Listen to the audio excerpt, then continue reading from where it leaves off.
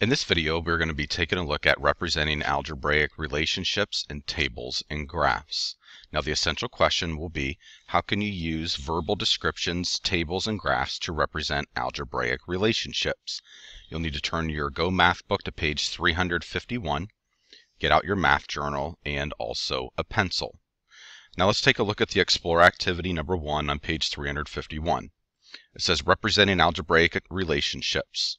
So here's the real world problem. It says Angie's walking speed is 5 kilometers per hour and May's is 4 kilometers per hour. Show how the distance each girl walks is related to time. So we can see for each girl, make a table comparing time and distance. So this would be the process that you would do. So we could see time would represent h, Angie's distance, km for kilometers. H representing hours. So obviously 0 hours, 0 kilometers.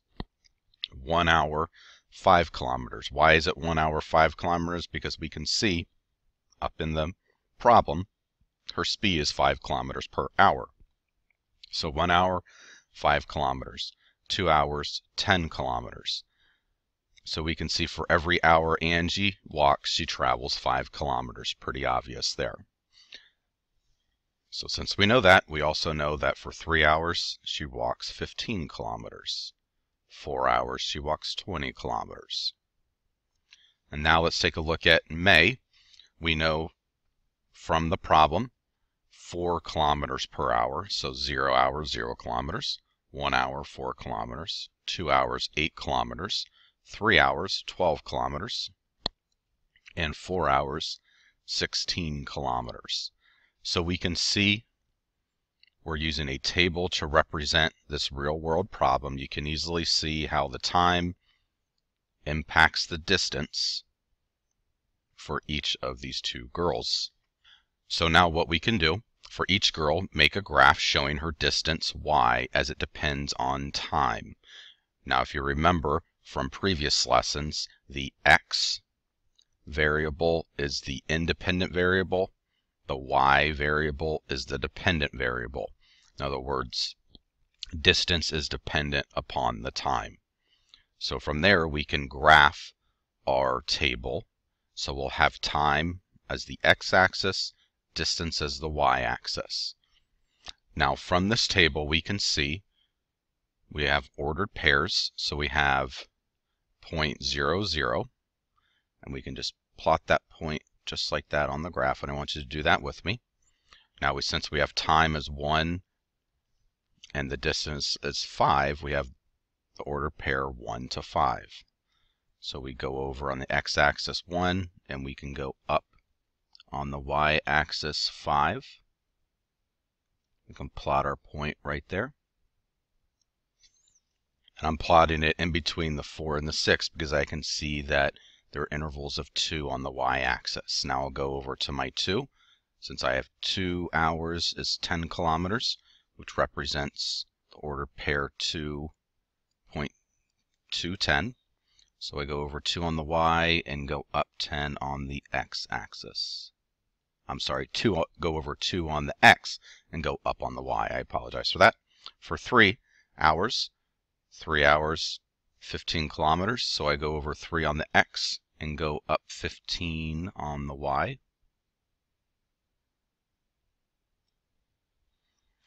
And then also 4:20, I'll go over 4 on the x-axis and go up 20 on the y-axis.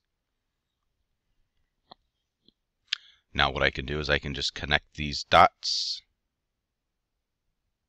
just like that. And you can do that on your graph as well. You should be able to see those points there. So we want to connect those dots representing Angie's time. Now let's take a look at May's time. What we can do, we can see for every hour it was 4 kilometers, but it starts at 0. So we have 0.00, so right at the origin, you can plot a point. Now for the first hour, we can see we can plot our point.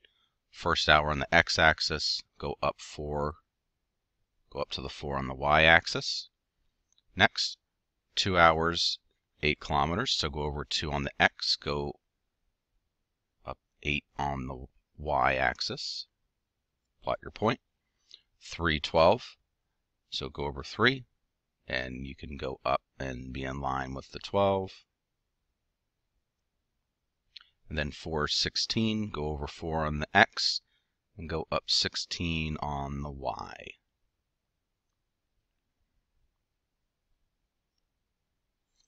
Now that you've plotted all your points, you can connect the dots straight as you can. Make sure that line goes all the way to the end of the graph, representing May's time and distance. Now that we've done this, what we can do is we can write an equation that relates to the distance y and to time x. So what we can see, we know that for Angie, her time y equals 5 times the x. So what that represents is the distance equals 5 miles per hour. 5 kilometers per hour. 5 times x.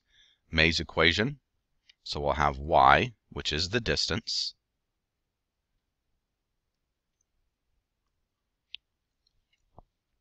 we can see y equals, so since it was 4 kilometers per hour, 4 times x. And remember, whenever you have a variable and a number next to each other, that represents multiplication. Now let's take a look at the reflect question. It says, how can you use the tables to determine which girl is walking faster?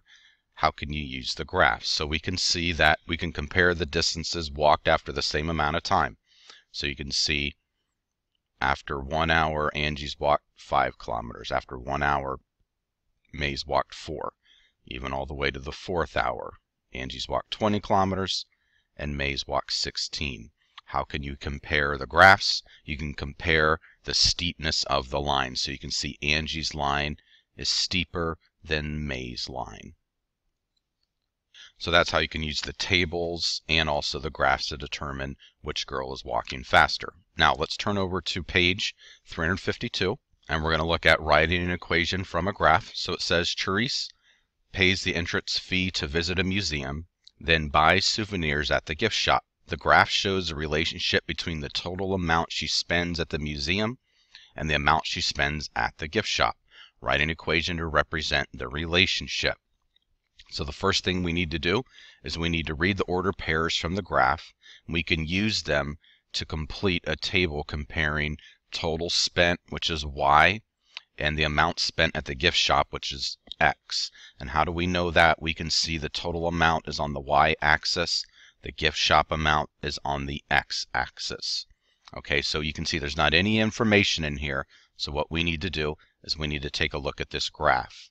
Now we can see from gift shop amount, something that's a little tough to see, we can see 0 for the gift shop amount, total amount, which is 5. Okay, so we can see the ordered pair of 0, 5. That's a little tough to see though. Then we can also see 5. We know within these there are intervals of 2. And then also going up on the y-axis, you can see we have intervals of 2 as well. Okay, so in other words, each line represents an interval of 2. The numbers that we see are intervals of 4 though. So don't let that confuse you. So we have 0, 5, and then we can go over on the x, and we can see the ordered pair of 5. And then you can see you go up on the y-axis, 10.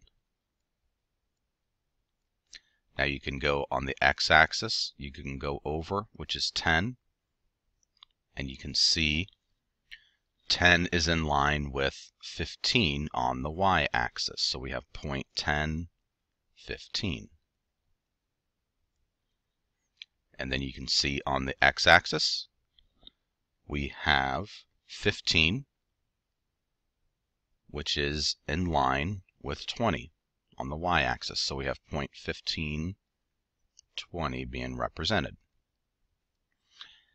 And then we can go over on the x-axis. We can see we have point 20 on the x, and that's in line with 0.20 on the y-axis. So we have 0.20, 25.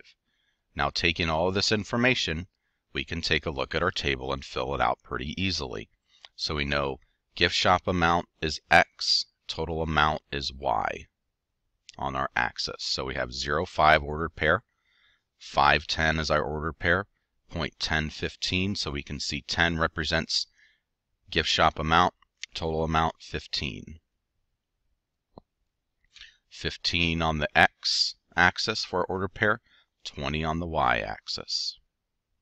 And then finally 20 on our X axis for the final point on our graph, and 25 on the Y axis. Now we have our table fill out. Table is all filled out now. And then from here we can start looking at the pattern in the table. So we see the total amount is 5 more than the gift shop amount. So you can easily see we have 0 and 5. 5, gift shop amount, total amount is 10. Gift shop amount is 10, total amount is 15, and so on. Now what we can see with this, we can write down an equation that expresses the total amount spent, which is Y, in terms of the total amount spent at the gift shop, which is X. So what we can see here, since we're adding 5 each time, we have Y equals, we can have X, which represents gift shop amount, X plus, you can see we're adding 5 every time, 5. Okay, Y equals X plus 5. Now, why is it Y equals X plus 5? Remember, X represents gift shop amount, which is X, which is the independent variable, plus 5. You can see we're adding 5 to each time we have X, which is the gift shop amount. Now let's take a look at the reflect question.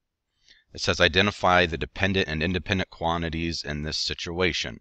So remember, with the dependent, that means it needs the independent in order to change. The independent quantity can just stay the same. It's not impacted by the other. All right, so let's take a look at number 2. So we can see the dependent is a total amount spent. So we can see total amount, which is the Y. And then independent is amount spent at the gift shop. So we can see that is the X. So you can see as the gift shop amount increases, so does the total amount of money spent increase as well, because total amount of money is the dependent quantity. Now let's take a look at number 3. It says draw a line through the points on the graph. It says find the point that represents Therese spending $18 at the gift shop. Use this point to find the total she would spend if she spent $18 at the gift shop. Then use your equation from C, which is Y equals X plus 5, to verify your answer. Now what we can see here, we can see that from our equation Y equals X plus 15, what we would know is if it was $18 she spent at the gift shop, it'd be a total of $23, which is the total amount of money. So we have 0.1823. So you go over to 18 on the X-axis and go up 23 on the Y-axis. And you can see since that point on my graph falls right in line with the other points that have already been plotted because of my ordered pair, because of my equation, I know that that's right in line and that would be the correct answer. So I will just draw a line. We can see how it could all match up. You can see it goes right through that line, knowing that I have the correct answer there. So we can see we have 0.823, $23. What I could do is I could plug in numbers for my equation. So Y represents the total amount spent. X, we know, is the gift shop amount. So since X equals 18, and my equation is X plus 5, So 18 plus 5 I know gives me 23. So I can see I can plug that in, and I can see that that would be the correct answer then. So it's important to understand that the equations in this lesson, as you're seeing, they are linear equations. So a linear equation is an equation whose solutions fall on a line on a coordinate plane. So in other words, it will make a completely straight line going across this coordinate plane. If you have an answer that, would have a point like this on your linear equation, we would know that would not be the right answer for that point. So make sure when you're graphing these that all your answers can line up in this straight line, and you will have the correct answer as long as you're putting the correct numbers in your equation. So let's take a look at graphing an equation. It says an ordered pair, x, y, that makes an equation like y equals x plus 1 true is called a solution of the equation. The graph of an equation represents all the ordered pairs that are solutions. So let's take a look at example number 1. So they ask us to graph each equation. It says y equals x plus 1. So the step 1 would be making a table of values. You want to choose some values for x and use the equation to find the corresponding values for y. So we could see values for x. We have 1, 2, 3, 4, 5. Now from here, we have x plus 1 equals y. So since our value of x is 1, we plug in 1. We already know within the equation we're adding 1 to that. So 1 plus 1 equals 2. Our next value of x is 2. 2 plus 1. Why is it 1? Because in our equation we're adding 1 each time we plug in x. So you can see for number 1 gives us the point of 1, 2 on a graph. For number 2, 2 plus 1 equals 3. We have the value of x is 2, value of y is 3, given the ordered pair of 0.23. Number 3, once again, 3 plus 1 equals 4. You can see the ordered pair, 0.34. For number 4, we have the value of x is 4. We're adding 1 to that, giving us 5. Ordered pair of 4, 5. 5, we have the value of x is 5. Add 1 to that, gives us 6. For the point of 5, 6 on the graph. So let's take a look at how you would do this. Remember, we're dealing with linear equations, so every time we plot a point, it should fall in a straight line as we are connecting all of our points. And you can see, you can just plot the points. We have 1 on the x, 2 on the y, 2 on the x, 3 on the y. We can see we're falling right in line with all these ordered pairs. So like I said, as you continue to plot your points along the graph, you will have a straight line when you connect all of these dots. So that gives you an example of how you would graph an equation. You can take a look at letter B and see how they did that as well. That's just with multiplication. I want you to read over letter B, and then let's turn over to page 354 and we'll do one together.